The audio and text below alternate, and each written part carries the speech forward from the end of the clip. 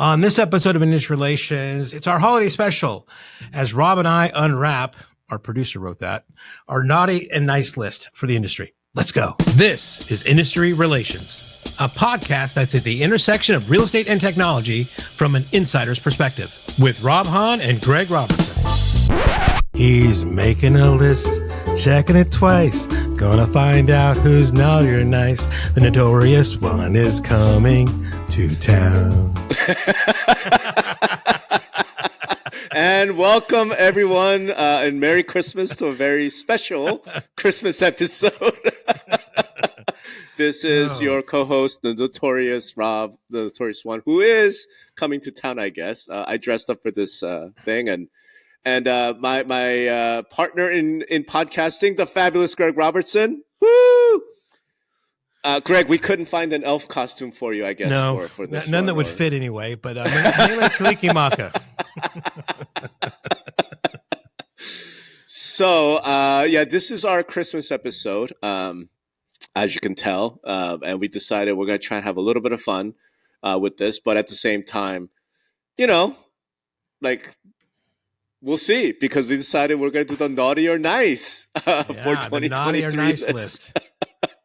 And I'm going to try real hard, Greg, to just focus on the nice. I'm going to try real hard and let you do the naughty. Is that? Thank you so much. No, I have a feeling, just given, who we are, it might go the other way, but we'll see. But from that standpoint, sir, I'm going to let you start. We'll just kind of take turns.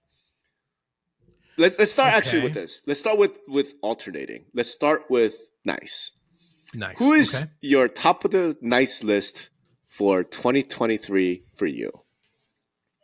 Gosh, the thing is about this that people don't know is we rarely prepare for these things. Correct. Right? We do not have a list. We're coming up with it on the fly. You're seeing content. I'm going to say it right now. I'll tell, and this, he's a latecomer to this. A lot of people doubted him, but how about let's give it up for Jerome Powell today. Yesterday, he announced, hey, right? I mean, come on, you can't argue with me on this. I can't argue with you on this. Well, hold on. He did make another rate increase, and he announced that it looked like there was going to be maybe 3 cuts next year. So that's sent the stock market rallying. Interest rates for homes have been going down. I think, you know what? He was maybe on the naughty list at the beginning, but he just switched right over to the nice list in the last couple weeks of the year. How can you argue with that? I'm going to refrain from comment until we swap. So, top of my nice list, I think, this sounds really weird, and maybe it's just because it's so fresh in my mind. I'm actually going to put our friend Sam DeBoard on the nice list. Oh, wow. Primarily because he and I argued so vociferously on that one episode. And it was really frustrating to argue with him. But at the same time, I got to give it up for the man. I don't know if NAR could have a better defender, of the indefensible that NAR has become. But Plus, apart from just that episode, fact of the matter is, I do think that Sam has done a pretty good job with Riso in 2023. Right? I haven't been to any other conferences, but just talking to sort of the prop tech people, they feel like Riso is sort of on the right track. He did end up going to Paris for, whatever that was, exporting liability worldwide, I guess. But, hey, I'm saying as an individual leader, I'm going to give it up for Sam, name him as the number one on my nice list. So let's flip to the naughty. Who's on your naughty list? Well, I mean, I think even though to what degree what really happened at NAR with Mr. KP. We can name him. He's not Voldemort. Some say that there was some sort of shenanigans going on with an ex-staffer. Some say it was just, his overall vibe was not a good thing, right? I mean, I think it's still in question exactly what. But I think a lot of people basically have come down to he was not a nice person. And he was a little bit naughty, right? So it's got to be on the first of the year. My naughty list would probably be Kenny Parcell, Okay. former president of NAR, the National Associated Realtors. So I should add, like, do we want to have debates about each other's list or just move on? Do you know what I mean? You didn't comment on my Jerome Powell. You're just you're gonna nitpick what you're gonna only pick the ones. No, not that. It's more of a high level question. Like, no, I think we'll see how it goes. I think we can add a little. I think we can go back commentary. and forth Sure. a little bit. All right, cool. Yeah, All right, sure. I have no real commentary on that. It was just because of this next piece. So on my naughty list, number 1, Jerome Powell. That's why I withheld comment when you named him as the nice, right? Good. This is for a bunch of reasons, right? Number 1, he could have helped me win a steak dinner if he had pivoted back in, was it May when I made that prediction? it was I mean, motherfucker, if you're gonna pivot, can't you pivot so I could get a steak dinner out of it? So that's number 1. But more seriously, right? The issue with Jerome Powell for me is, okay, he completely wrecked the housing market and the economy back in 22 and kept wrecking it into early 23. And then to pivot now, what it sets up in my mind, and again, I'm not an economist, I just look like one and play one, and I stayed at a Holiday Inn Express last night, but all of the sort of respected like analysts I'm following are going, okay, so this is a repeat of the 70s. There's a chart, I wish I could pull it up, that shows exactly like rates and inflation. And we are absolutely tracking the 70s. So this pivot now means, okay, we're going to have this short-term drop like we had in, I think it was like 1975. And then inflation will come roaring back. And my issue is, okay, as a real estate industry, we're all excited about lower mortgage rates. Oh, dude, the lower mortgage rates are 6.8. It's not, the lower mortgage rates aren't 2%, 3% like we saw back in, the Trump years. Well, they're never going to get that. I mean, not in our lifetime, they're going to get back to that. Fine. What I'm saying is like, we're getting all excited because we went down from 8 to 6. Okay. On the flip side of it, by pivoting now, what this will do is it will jack home prices up next year going forward. So, okay, rates are lower. Cool. Now home price is going to be back on some fucking insane double-digit increases next year. So no, he's number 1 on my naughty list, not to mention the fact that the central bank is the cause of most of our problems. And you could, I'll let my libertarian freak flag fly, and the creature from Jekyll Island is actually what's ruining America. So no, he's number 1 on the naughty list. Well, it's such a weird thing out there. And, stock market highest ever, unemployment lowest ever. The consumer demand this quarter is off the charts. It's amazing right now. Going into election year, we'll see if any of that all matters. It doesn't look like it does, but it's going to be an interesting election year for sure. It won't matter because he can print all the money in the world. Is he making any more chickens? Is he growing any more wheat? When grocery bills are going to be 3 times, like, it's going to be fucking insane. And like Jerome Powell is, I mean, he's not really to blame. I will say that. Who's really to blame are the morons in DC who keep spending, but he's enabling all of it. He keeps buying their fucking treasury bonds so he could just, so, all right. Anyway, let's move on. Anyway. You're number 2 on the nice list. Nice list. Okay. I'll put it out there for him. We've talked about, I think, at a couple podcasts about this, but I'm going to say new home builders. These guys have filled the gap of some of the inventory demands. They've also been able to provide, some, buy down, on the interest rates and things like that. So, I mean, the guys that have come in here and really, like I said, filled the gap and also been providing some much needed low interest rate loans to people. I'm going to give it up to the new home builders. All right.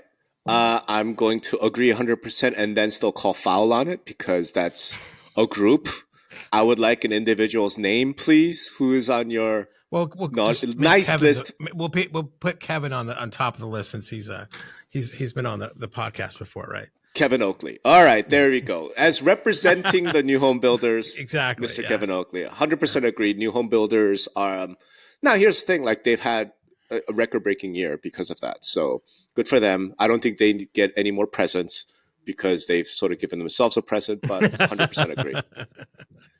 My number 2 on the nice list, I think this has to be it because, I published my 7 most interesting people. It would be a shared prize between Mr. Ryan Schneider of Anywhere and Mr. Dave Liniger of Remax, because those 2 gentlemen pulled off what I think might be the greatest snatching victory out of the jaws defeat I think I have ever seen. And I know you and I have talked about it a little bit. Yep, Anyone yep. listening, you haven't read it, my post is up. It's public. It's not behind the paywall. It's the 7 most interesting people. But I'll very quickly summarize. Those 2 guys, when they settled, I think the rest of the industry thought they were morons. I think they were like, what are you doing wasting all this money when you're going to win? Now that Sitzer verdict came in, they look like geniuses. And then reading through the settlement terms themselves, it's pretty shocking what they were able to negotiate. It's unreal. I fully expect the 2 of them to have kind of insane 2024, right? Just absolutely insane, because some of the advantage that they have from a competitive standpoint is just unreal. So for me, I think number 2 on the nice list has to be Ryan Schneider, Dave Liniger. Comments? No, I think you're exactly right. I mean, is that a nice thing? Sure, it's a nice thing for their shareholders. It's a nice thing for their agents. So yeah, I gotta agree. I got no problem with that. Not at all. Thank you. All right, moving on. Number 3 on your naughty list. I mean, I wouldn't be an organized real estate, pundit without having to throw this guy under the bus, but Michael fucking Ketchmark, man, right? Lead attorney for the Sitzer Burnett case, who's now suing the entire, country after the so far successful. It's going to be appealed. They're going to go for an appeal, but of the Sitzer Burnett case in Missouri. This. Let's say that he's been very successful. I think he's been running circles around as far as narratives with the industry, as far as he's just a better communicator about his side of the story than the industry has been. But, as I think we believe, I think it's good to have more transparency, but this is a scorched earth type of thing that's going on here. And I don't really like him that much. So I'll just put him on the naughty list. All right. I think that's fair. It's hard to, I don't know how you feel about Ketchmark, right? Because I agree with everything you just said. At the same time, I guess it sort of comes down to, do you feel that fundamental reform is necessary in our industry or not? Because if you feel like fundamental reform is necessary, then it's hard to really kind of, at the same time, he's going to bankrupt companies. He's going to make life miserable. So I'm with you, right? But as an agent of change, if change is something that the industry desperately needs, which I kind of believe it is, and we could talk about that today or in future podcasts, then it's a little hard. It's a little bit like, I'm trying to think of it in a better analogy. Like, I kind of look at it maybe the way you would look at, say, like the Visigoths. Because what's that meme? Like, how often do you think about the Roman Empire? I think about the Roman Empire a whole lot, right? It's a little bit like barbarians at the gates, like tearing things down, so that we look at our own structure, go, oh shit, we actually have a problem, right? And I kind of feel that way about him. So it's hard to love the man. It's hard to be like, good job, Michael, but it's just, it's like, yeah, you've exposed weaknesses and flaws in our system that we need to address. So I'm kind of agreeing. Okay, so good. My naughty list then would be the exact counterpart to that, which is, and I don't have the person's name anymore, but it's like Victoria Gillespie maybe, or Mantle Williams, meaning whoever is in charge of NAR's PR and communication, naughty list. No. Like, what the fuck, boys and girls, right? You just sent me that clip of Tracy Casper on CNBC, right? And I thought Tracy did a pretty good job. Like I said all along, Tracy's very personable. She comes across somewhat genuine. Like, of course, she is doing talking points, and of course, it's corporate speak, and but I'm saying she came across likable. I thought she came across concerned. She didn't come across as like some evil, like conspiracy. Like, and I'm going, why didn't you have her on every program, November 1? Like, why? What? So Yeah, I mean, for me, whoever PR is naughty, right? Naughty list. Yeah, I mean, I agree with you on that. The selection, I do not agree with you on Tracy's performance. I mean, again, her words did not spark imagery that was like, compelling and inspirational. It was just really, like going into the details of like why. I mean, it's just all this realtor speak that nobody understands. And I get her heart was the right place, and I think she came across more genuine than a lot of others. But it's like, again, that's not that message. The messaging is not resonating. We need powerful message. We need strong declarative statements. We need imagery. We need, inspirational things. Sure. I mean, it's not. Sure. No, look, it's I'm not in disagreement. Yeah, I'm not in disagreement with that. What my point is very narrow, which is that Tracy Casper, the individual, is actually a really decent spokesperson because she is likable, she's well spoken, and she doesn't come across as a screechy harridan. Like, what was that episode that there was an episode with Michael Ketchmark was on like CNBC or CNN Business or one of those cable channels with some woman, I can't remember her name, and she just came across as abusive and like, you know what I mean, like fingernails on a blackboard type of thing. And I'm like, Tracy's not that. That's all I'm getting at. You're exactly right. So that, what? That adds to naughty, because if you were doing competent PR, you would give her better talking points. You would give her the imagery that you're asking for, so. And again, at this point, it's like, okay, great. You got her on CNBC.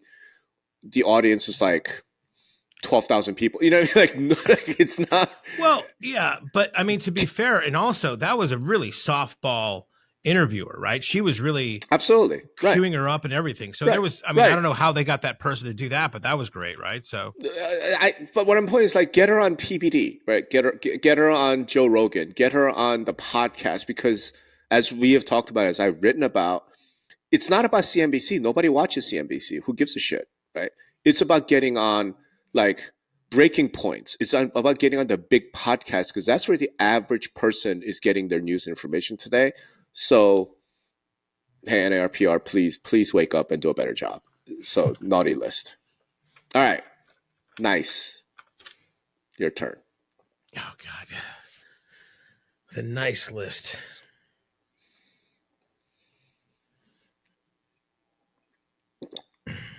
Oh, man. I see this is like we didn't prepare for this. Do you have one to go first and then I'll come back?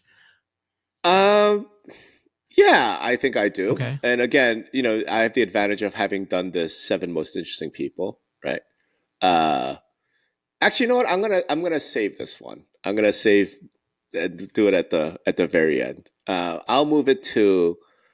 I'm gonna say Douglas Miller, who I wrote about in my 7 people. Yeah, like who the hell is that? So he's the executive director of CARE, CAARE, right? Like Consumer Advocates for American Real Estate, right? And I realize some people are going to put him on the naughty list. I don't, for this reason.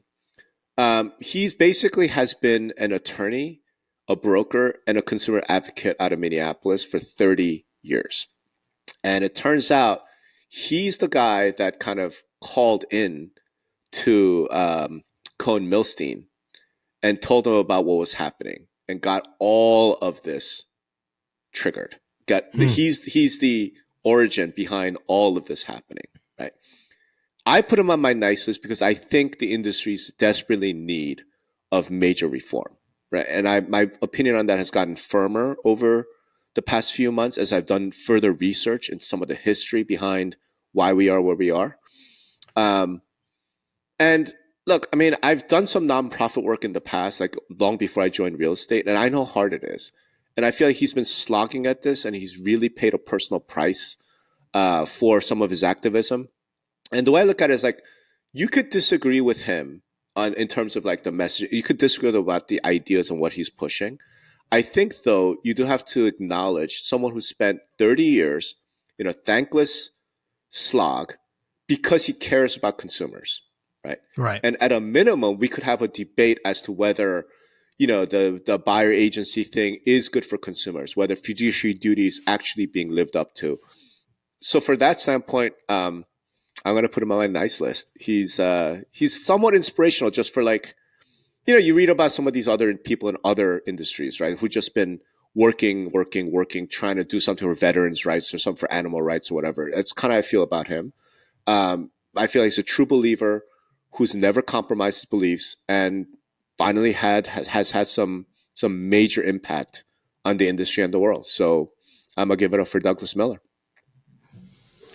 Yeah, again, I think like a lot of listeners, maybe I'm not as familiar as you are with him, but I did read the post, and yeah, it seems like he's been out there doing the Lord's work, as we say, Right. the good work there out. Right. Again, depends on who you.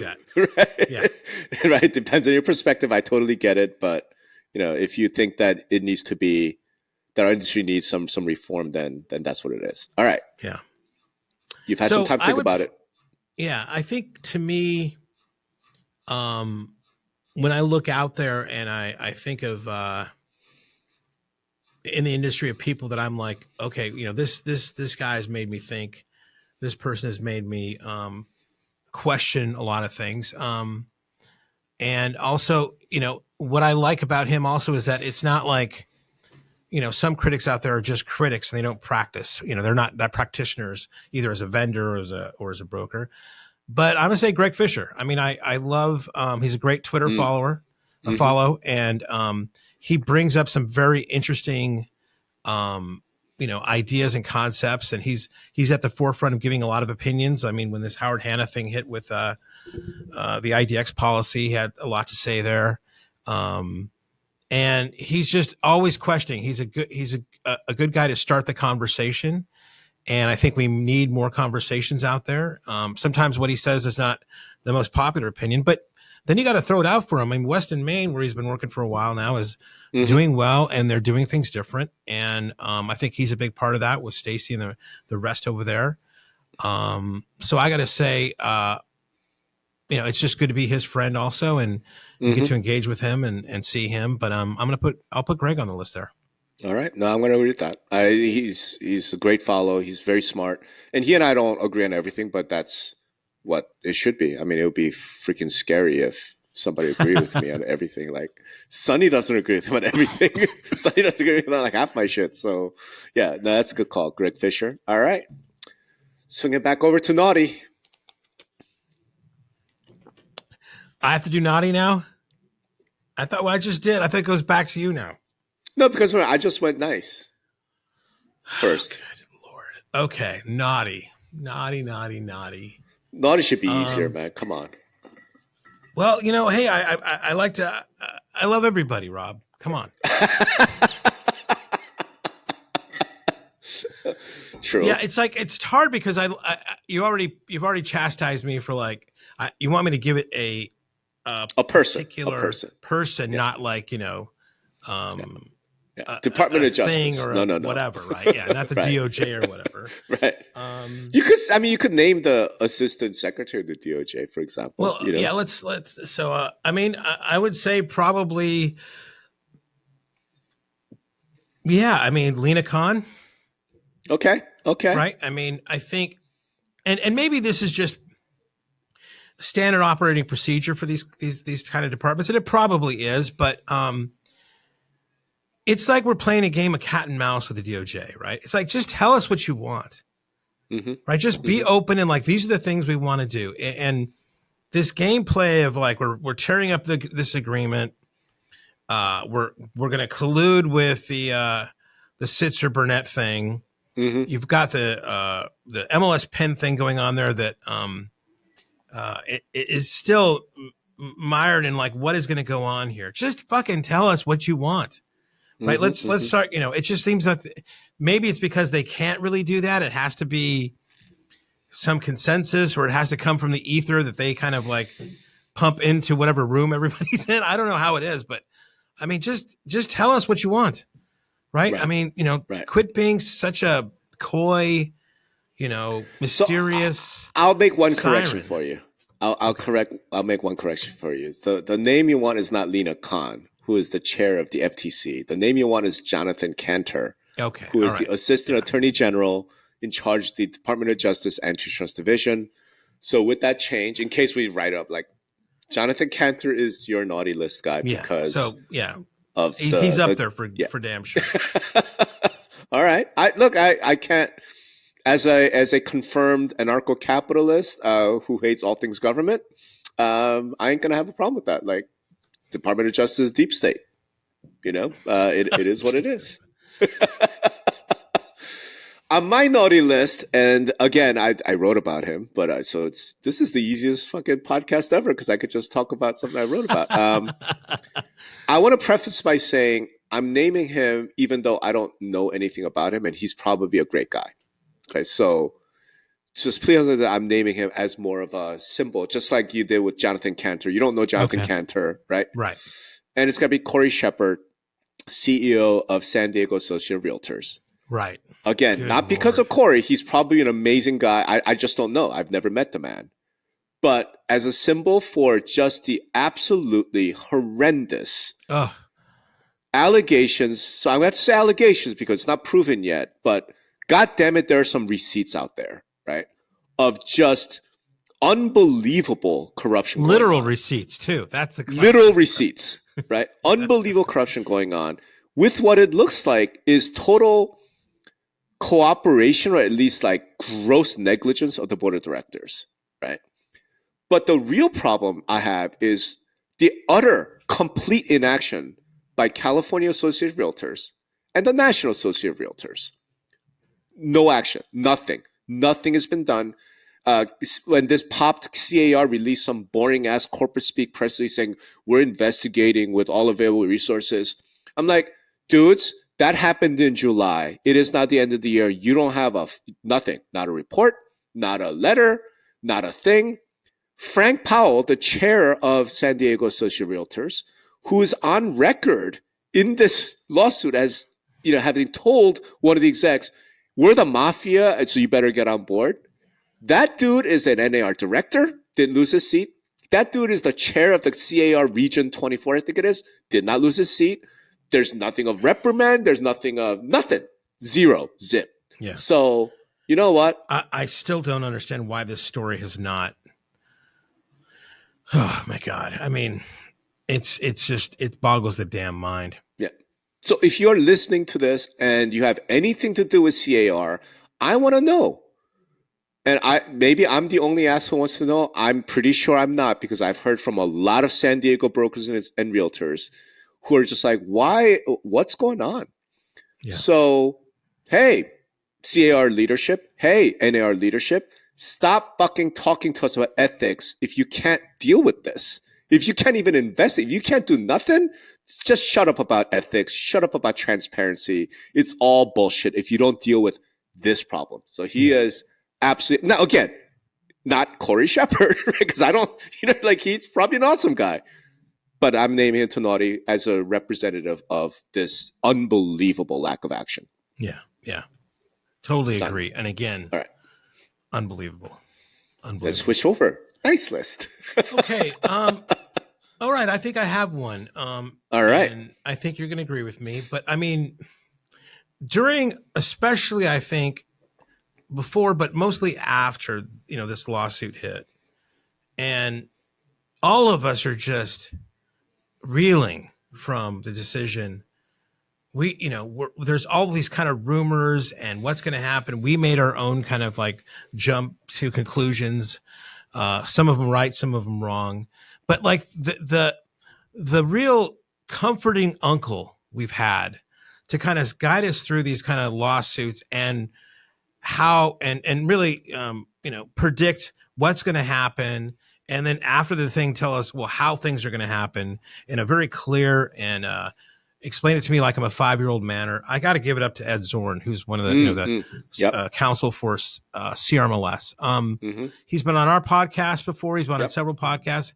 And this guy is the light in the tunnel when it's all dark, that has been able to ahead of time, you know, made a lot of the predictions that are basically coming true. And then afterwards, like, well, how do the mechanisms of an appeal go and things like that? He's done a really good job of explaining that to the industry.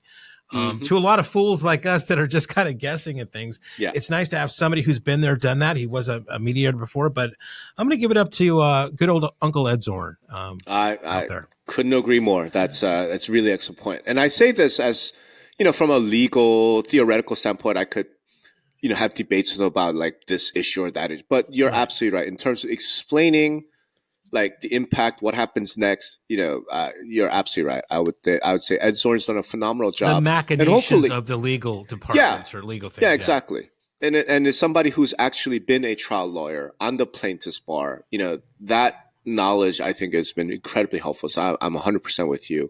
You know, hopefully they make this maybe in 24, you know, he could have a slightly bigger voice, right? You know, maybe more of like a series of, hey, here's like, boop, boop, boop, here's what to expect. Here's how things are, you know, explaining kind of the antitrust laws, you know, to the industry. I completely agree. He should have a bigger platform. He should have more voice out there.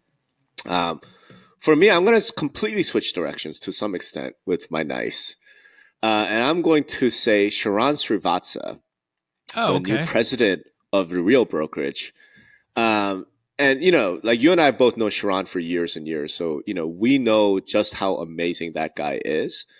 And when he was named by Real, I think earlier this year, actually, right? I think was it last year? Yeah. And I think it was this year. I think it was earlier this year.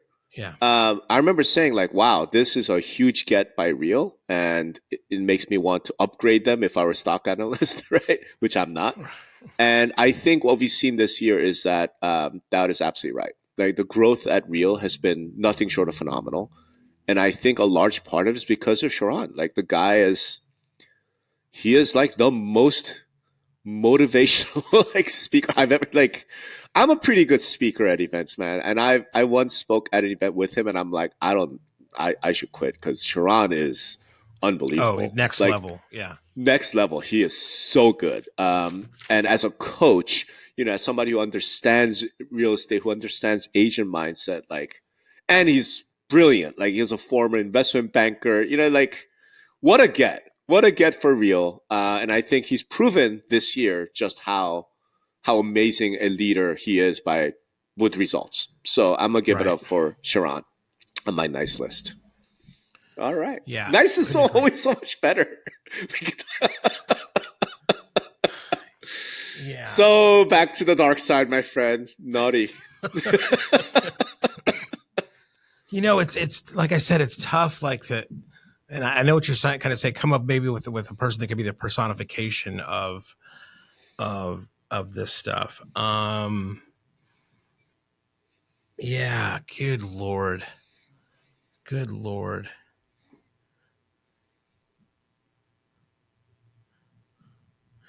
Oh man, I can't. I mean, you got one in mind? What? Can we skip me again and come back? We're constantly skipping on the naughty. On the naughty side, I actually don't have anyone in mind off the top of my head. So let's just keep going with nice then. You got somebody in mind for nice? I got somebody in mind. Go ahead. I'll go. With your, all right, your I'll nice, go. Yeah. This is probably not a name that most of our listeners know, but I'm going to name Amy Nixon. She's a housing analyst and economist. She's an amazing Twitter follow. Her Twitter handle is Texas Runner DFW. So implies that she's out of Dallas. I don't think she knows who the fuck I am, and it doesn't matter to me because I know who she is and I've been following her. She kind of got on the radar by predicting what she calls the Airbnb bust. But the reason why I like her so much, why I'm saying she's on the nice list, I think she's a millennial herself, right? And she's been one of those who really has drilled into the plight of younger buyers, the younger consumers. Really talking about how millennials are going through, and Zoomers now, right, are going through like economic oppression. And a lot of it's around housing, right? The fact that millennials and Zoomers cannot afford to buy a house, right? And sort of the inflation and its effects and the wage suppression. and again, because she's a millennial herself, I think it really resonates and she really gives a shit. I love that. Like, this has been something we have needed as a country, as an industry, for a really long time.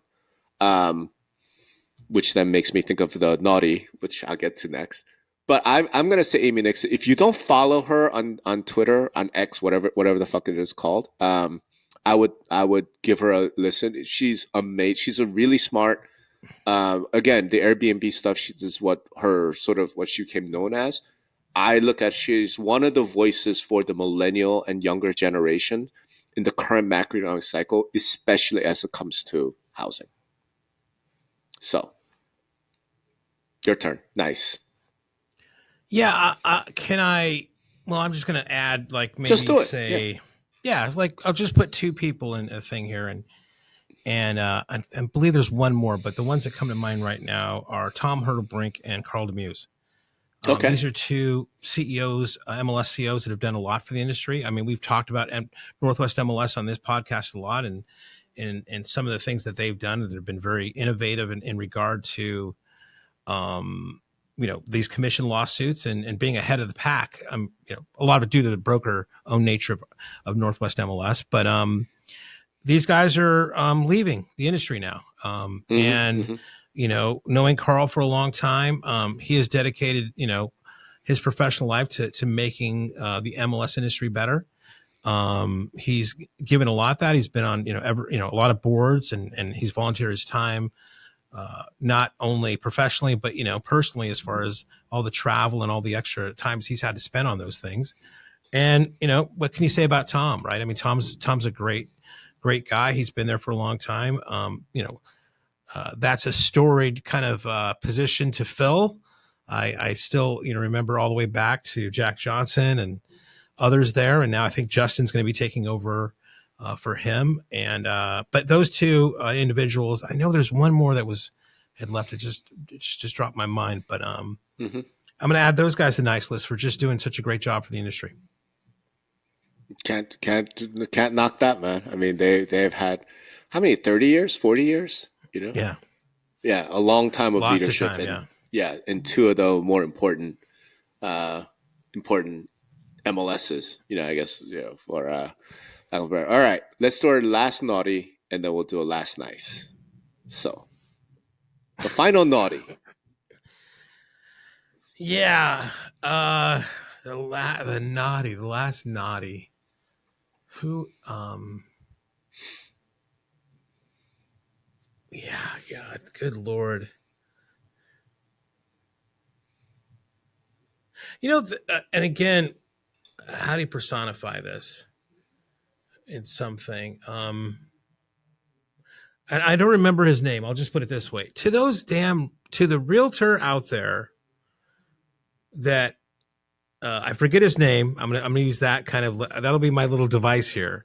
That is, not being transparent about commissions, that is hiding them or saying the seller pays for them, or hasn't taken enough time to research and understand exactly what they're doing, and that is really making it tough for all the good realtors out there to do a good job. That bad apple realtor, Mr. Apple realtor, is just done so much damage to this industry, and we need to get rid of Mr. Apple, because, and I think, this whole thing that's happening might be able to get rid of a lot of Mr. Apples out there, Mr. Bad Apples. And, but to the Mr. Apple who doesn't take the time to understand his business and is being nefarious or even just slightly like non-opaque about these things. Naughty. I mean,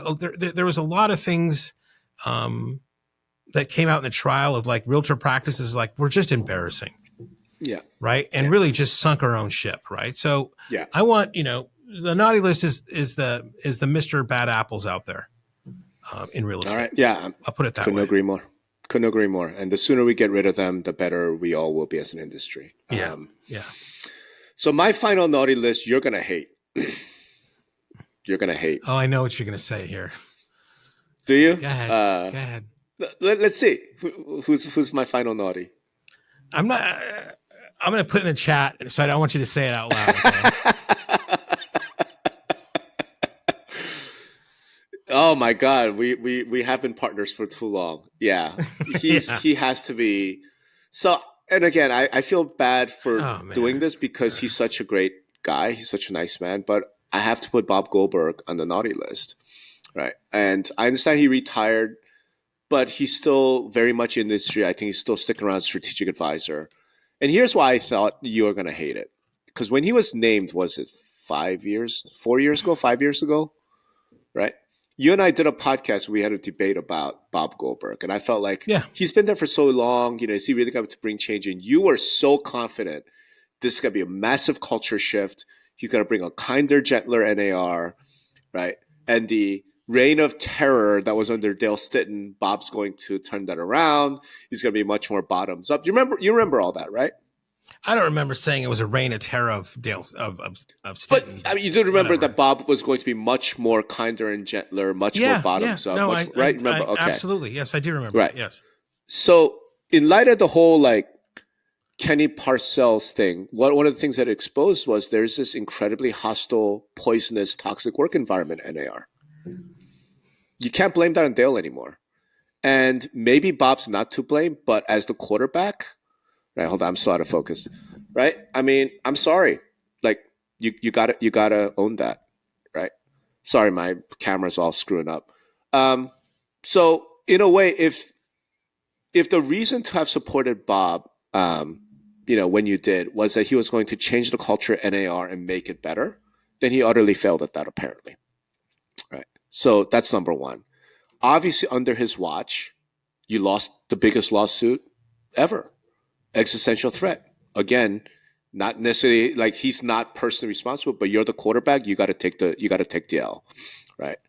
And then the whole like Kenny Parcells situation, the sexual harassment side of things, not just a toxic work environment. Yeah. You didn't know that this guy was going to end up on Greg Robertson's naughty list? Really? It's not like Kenny parachuted out of nowhere as president, right? I mean, he's been on leadership team for years. So you had no inkling. You didn't know? Really? Maybe, right? But again, you're the quarterback. You got to take the L, right? So he's got to be on the no list for those reasons. No, I mean, I think you make some fair points. And I guess that's all I'll say. Right. And again, Bob, he's one of the nicest, gentlest, kindest man I know. So this is more, you're the quarterback. You got to take the L. So final nice list. I'll start because I wrote about this man. I think Greg Robertson has to be on my nice list this year because, man, ever since you left the corporate gig and you're sort of liberated, I mean, you've really flowered this year, man. And it's like the wings are free. I can't wait to see what you do next year and years beyond. There's things I can't talk about how you've been kind to me this year and, really helpful in lots of ways. So yeah, I'm putting Greg Robertson on my nice list. So don't you dare put me on your nice list because I don't belong on anybody's nice list, I don't think, this year. Yeah, well, I'll take the opportunity to kind of set the record straight. It was very kind of you to include me on that list this year, and you said a lot of nice things. I've got too much of a imposter syndrome to take any of that really seriously. And then, and I'll take exception. I mean, I am putting you on my nice list, and I'll tell you for many reasons, but I'll disagree with you on some of the things you said about me. And that's that, you're the talent of this show. Okay. If it was just me, this would not be an interesting podcast. If it was me and anybody else, it would be interesting. Rob, you're the talent. You're the show. I've always said this to you. It's like, I'm here to serve you. You're very kind to make this thing happen and flow. And I think the chemistry that we've had together and have been growing together as we go on, like, is something that everybody tells us they love. Yeah. And, but I know for sure if you were on this podcast, it wouldn't even be as near. Yeah. But I could say the same thing. I used to have my own podcast and I stopped it because it's not good without Greg Robertson. Okay. Well, let's just say it's not me. It's not you. It's us on this kind of thing. So. It's us, baby. It's hug us, it out. baby. Yes. Yeah, yeah.